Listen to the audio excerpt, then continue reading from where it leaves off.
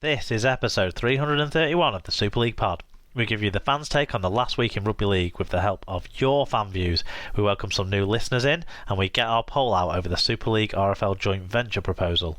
We talk Women's RL, Wheelchair RL, Championship and Challenge Cup, as well as having your fan views guide us through the Super League action. We answer such questions as who's the real dirty dancer, who messed with him, and what makes a moral loser. Get strapped in, it's SLP time.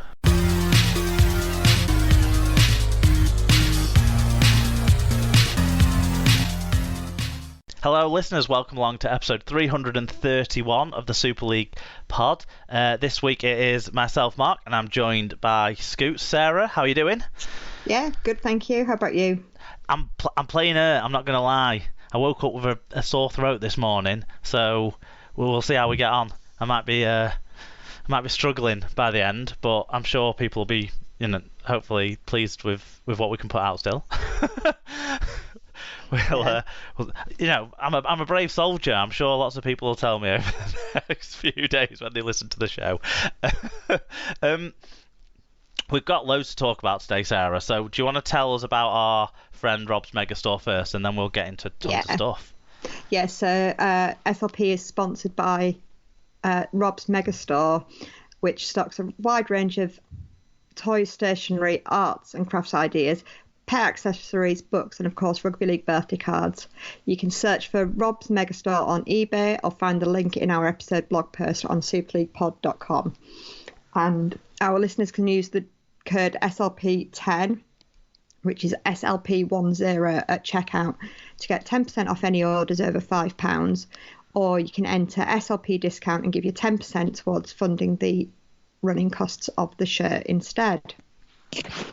So what we've got coming up today, we've got quite a lot of feedback from bits and pieces of news and stuff that we talked about last week, which is really good. Some shout outs for some new listeners coming on the way as well. We're going to talk about, I don't know how much we know about this, but we're going to talk about the Super League and RFL realignment / joint venture third company situation that's evolved. We've got a few fan views on that, and I whipped my poll out over the topic as well, so we'll cover that off, people's views. It's always good. Hopefully someone in charge is listening and sees what the fans think. Then we'll do our Super League match reviews, loads of fan views on most of the games again, including some of the games that weren't on TV, which is really great to get some views in on those that we can go through. We'll tidy up with other bits and pieces around other results that have happened, other bits of news and that sort of stuff as we go along before making some guesses. But Sarah, I think the one thing I want to start on, because last time you were on, we got a bit of an update in Easter egg form that Joshua's going to be a referee as well as a player this season. Yep. And just before we hit record, you told me he's got his first game coming up this weekend. So how's he feeling? He is absolutely buzzing about it. He's so excited.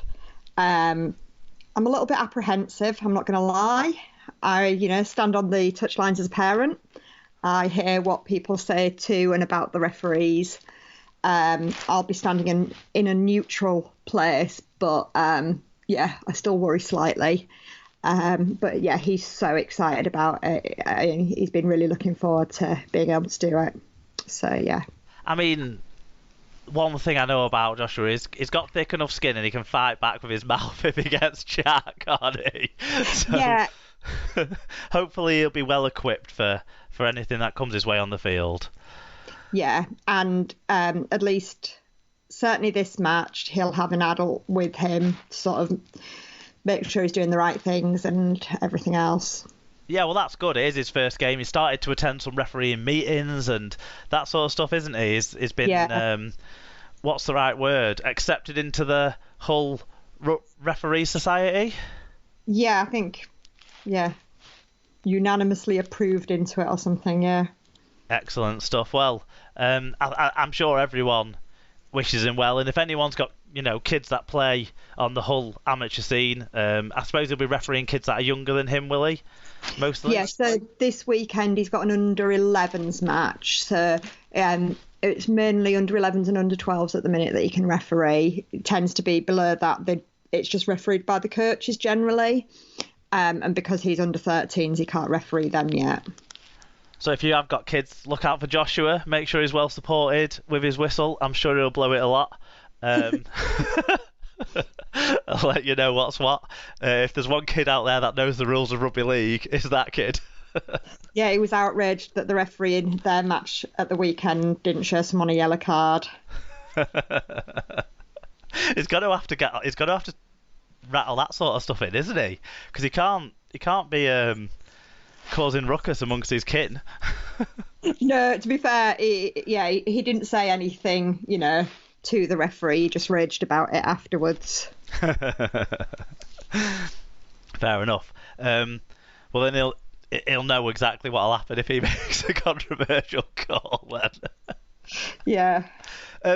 First thing I want to tell everyone in terms of shout-outs and feedback is I did a little spinny wheel thing. I tried to figure out a way to make a video with it, but I couldn't do it. And then I realised, what I should have done is filmed it on my phone on the screen that was in front of me. Anyway, that didn't happen.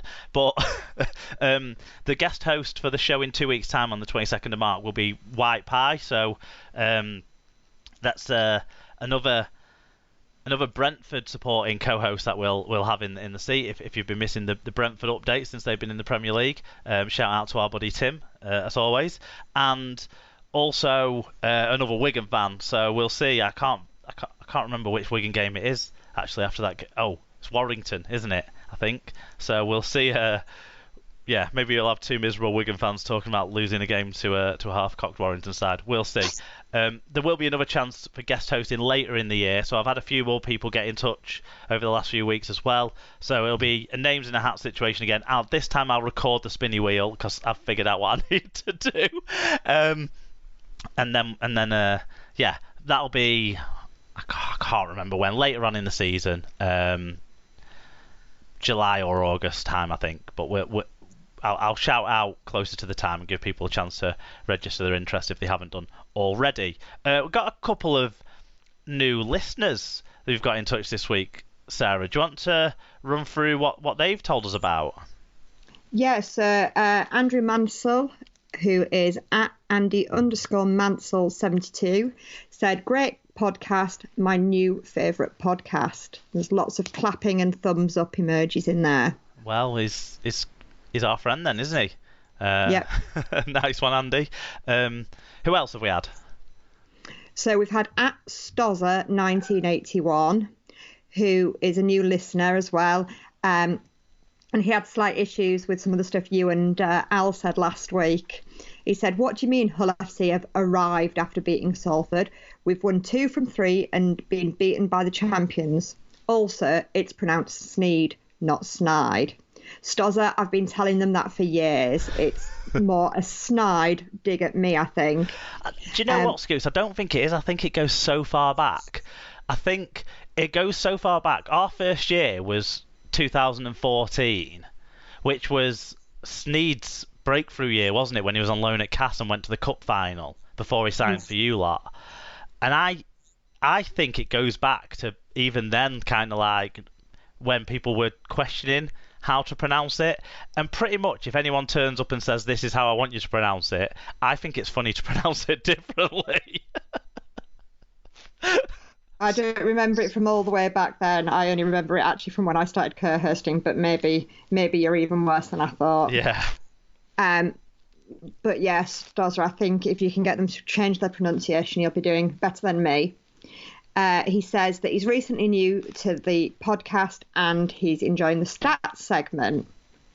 What did you think? Did you what do you think about what we said about Hull? I sort of felt a win over a scratchy, wakey side that kind of left a few massive gaps.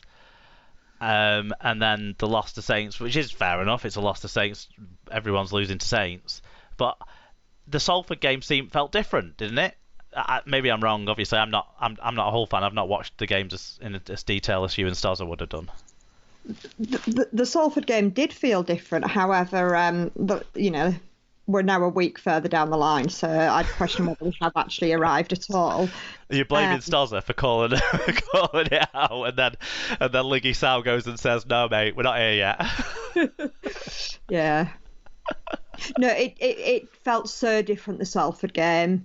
But yeah, I can't. Yeah, I think I've totally changed my feelings or returned to usual doom and gloom.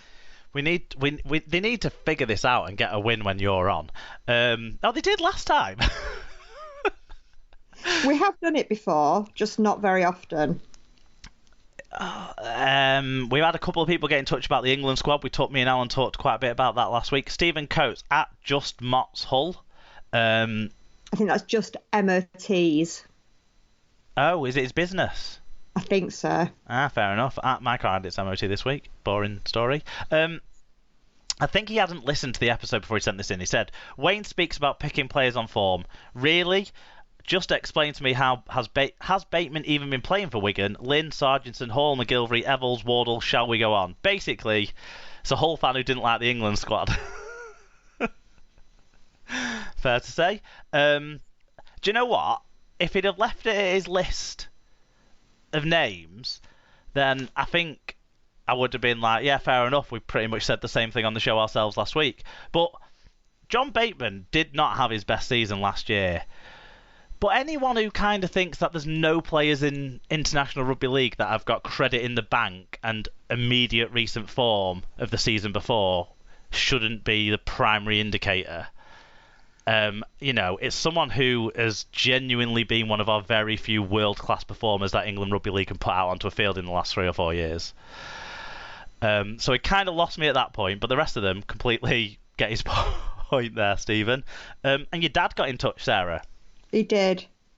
He said, following on from your chat with Alan, I looked to see what I could make of Wayne's cast-off, what team I could make of Wayne's cast-offs. So he put a team out of Connor at fullback, Johnston, Handley on the wings. That's aged well since he saw the email as well. Griffin and Sutcliffe or King in the centres.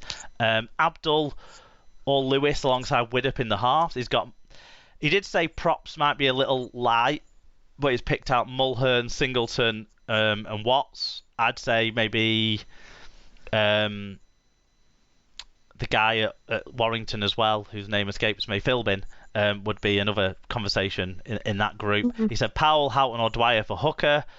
He talked about the Saints Bachelor or Josh Jones in the second row with Mike McMeekin, and then he mentioned Westerman, and I'm not sure Jordan Lane's quite there yet, but he put him in as well as an option in the back row at loose forward.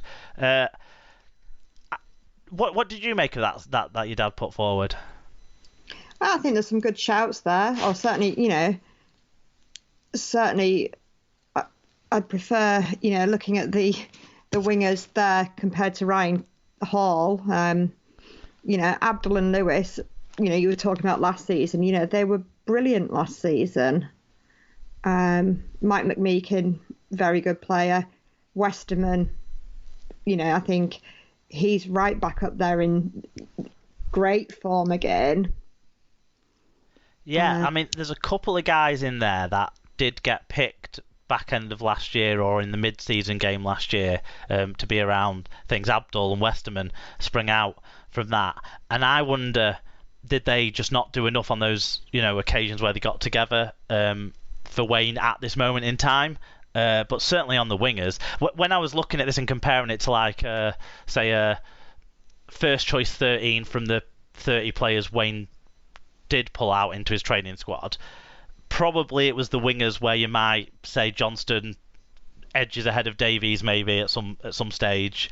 The rest of them probably backup players, but definitely quite a few of them better than some of the backup options that were put in that 30-man squad in my eyes. Yeah. Is there anyone you think your dad missed? Not that's obviously jumping out at me.